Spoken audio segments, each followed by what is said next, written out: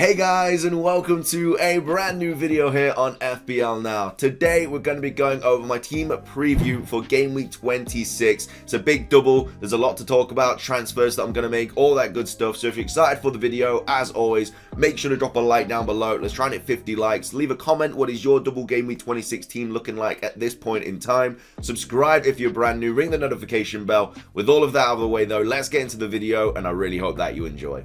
So, starting things off, before we get into my Game Week 26 team selection, just going to do a quick recap of my Game Week 25 score. I finished with 72 points, which wasn't too bad. It was a nice green arrow. De Gea getting me 10 points, pulling off that world-class save against Brighton, keeping that clean sheet.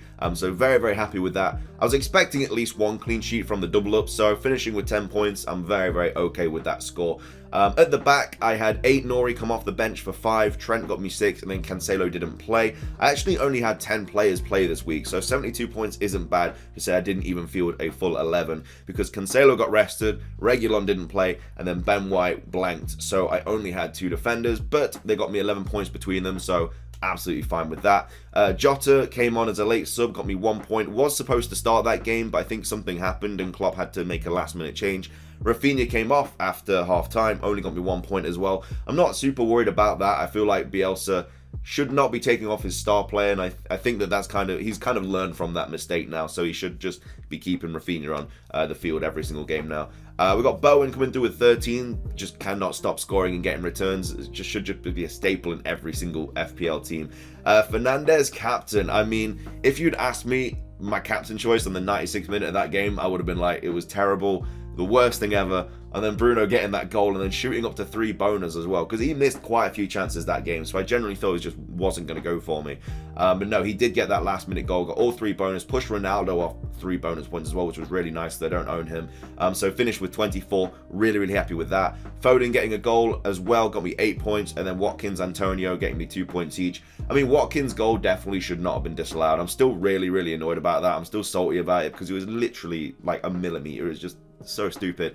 And then my bench of Foster got me 2, King got me 2, and then Reguilon and White didn't play. So yeah, 72 points, nice green arrow. Not the worst result in the world, definitely not the best. Bruno did outscore Ronaldo, so I did make the correct choice by going for Bruno instead of Ronaldo, because I was thinking of getting rid of Antonio for him, or either, well, I think I got rid of Demarai Gray for Bruno, so I guess I was always going to get rid of him, but either way, I'm just happy that Bruno outscored Ronaldo. So yeah, 72 points, not bad at all, nice green arrow. Let's go over my team for Game Week 26. Now, of course, this is a big double, so there is a lot to talk about, but I am playing Foster in goal. Now, there's a lot of talk about whether I should get rid of him for someone like Ramsdale or Sarr and take a hit to do that.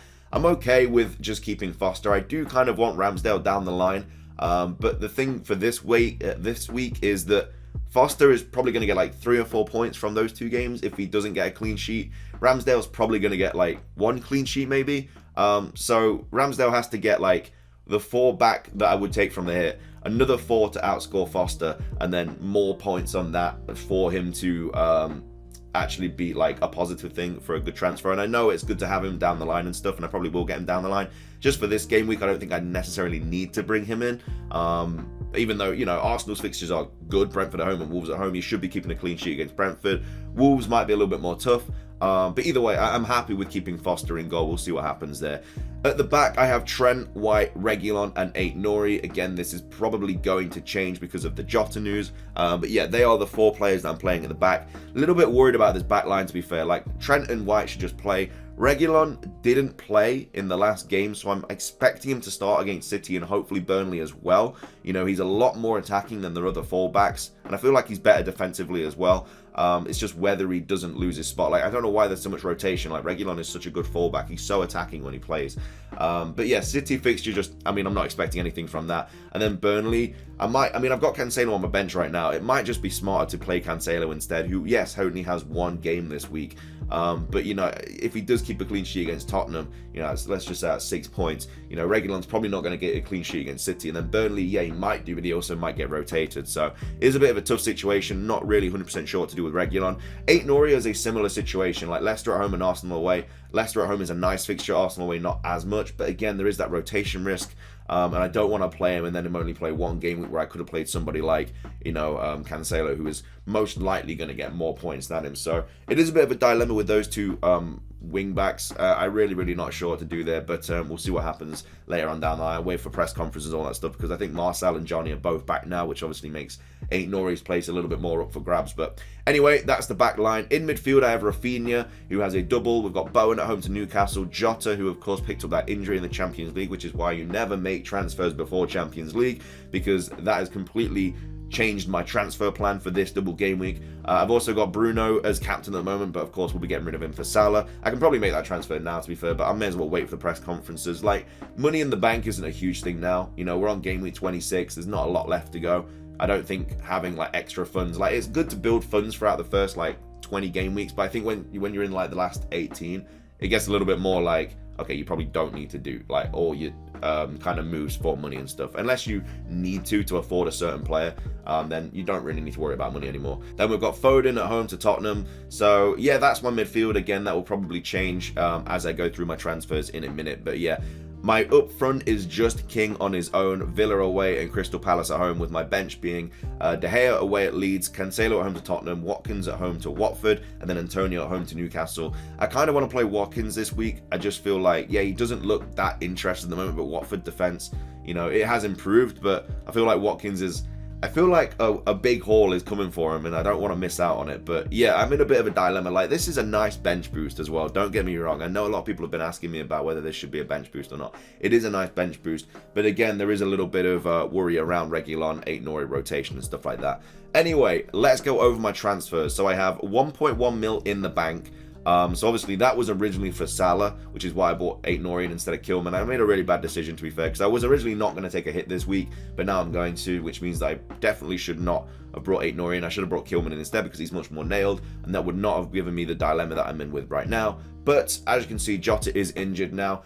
He potentially might be okay. I think it was like a swollen ankle or something, and Klopp said that he could have played on, but he decided to take him off for like a precautionary measure. So I either get rid of Jota or Foden this week, as well as Bruno. Like, that's not even up for a debate. Like, Bruno is going for Salah this week. And again, I will make that decision when we've had the press conference and stuff like that. There is talk on whether he's going to play both of the double game weeks. Hopefully he does. I'm probably going to triple captain him. But there is, of course, that doubt. They've got a lot of games to play between like Norwich and Leeds. So yeah, there is a little bit of doubt there. So it is a situation. So that gives obviously me 0.2 in the bank. So I need to make another transfer. So I'm either getting rid of Jota or Foden this week. Now, I was originally going to get rid of Foden, obviously, because I want Jota for Norwich and Leeds. But now that he's injured, I might have to get rid of Jota and keep Foden. Which also means that I might not necessarily need to free hit in game week 27. Like, I would like... because I was originally going to go for Saka and bring him in. But if I don't, if I just get somebody else in, like if I take Reguilon out for another double, because I really do not like having Reguilon in my team right now, then I probably don't need to do a blank for game week 27. Because if I get Reguilon out this week, and then I transfer Jota out next week or something, I'll have like 3 players that don't play, being Ben White, Trent, and then Salah, and then I don't necessarily need to use my free hit, because I'll have a full 11 as long as 8 Nori plays, so I would have already got rid of Reguilon. So that's the kind of situation I'm in. Like, the Jota news has kind of pushed me away from the free hit a little bit, so it really doesn't help. So now I could free hit in game week 30. I don't have to worry about getting all these players in for game week 30, and it gives me a little bit more, I guess, freedom with the team for game week 28 and 29. Although the only problem is Arsenal potentially could double in 28 and 29, which means I do kind of want more Arsenal players. So yeah, it's a really tough one, to be fair. I have to take a hit this week to get Salah in. I just don't have the money to not get him in. So it's either Foden or Jota if I am going to go with Saka. Again, originally I was going to get rid of Foden and bring Saka in, and then obviously play Jota, but if he's injured, I might just end up getting rid of Jota and then bring in Saka instead, which means I keep Foden, who does have a nice fixture against Everton next week, so it's not the worst situation in the world to keep him. And then he's got United, Crystal Palace, Brighton. Like, he's got really nice fixtures coming up, so I'm not disappointed about not getting rid of him. But that means that I do have 4 players that do blank in game week 27, so that's kind of more free hit territory. Plus Reguilon and Ain't Nori might get rotated, so if I do go for this move, I probably will end up free hitting. And then for game week 30, I do have Ain't Nori, I have Ben White, I have Rafinha, I have Saka, I have Watkins. That's five game week 30 players playing. And then obviously I'll have transfers for them. So I'd get rid of Antonio for Jimenez, which would be another game week player. And they'd probably get rid of Reguilon for another player, whether it be another Arsenal defender or another Wolves defender or something like that. And then I'd obviously have another transfer as well. I'm probably going to field around maybe like 8 or 9 players for game week 30, which isn't the worst case in the world. Like, we might even get more upsets and stuff in the league, in the FA Cup, which means that, like, you know, Liverpool could lose to Norwich, which would be great because then I'd get 3 Liverpool players, and then it would be absolutely fine. The whole free hit 30 thing is a tiny bit of a gamble, I guess, if you're banking on that, because of course if things happen in the FA Cup, then yeah, it won't be a huge problem. But at the same time, if you don't free hit in 30, then obviously you have your free hit for a big double in, like, between game week 30 and 38. So yeah, I honestly don't know what I'm going to do. I think I'm going to get rid of Jota for Saka and then Bruno for Salah. Triple captain Salah this week, and then just go with that. And then obviously have Saka and White for the double, hopefully in game week 28 that they have, potentially, or it could be 29. I also kind of want to bring in Ramsdale as well. So I might even get rid of De Gea for Ramsdale. I don't know. I do want 3 Arsenal players though.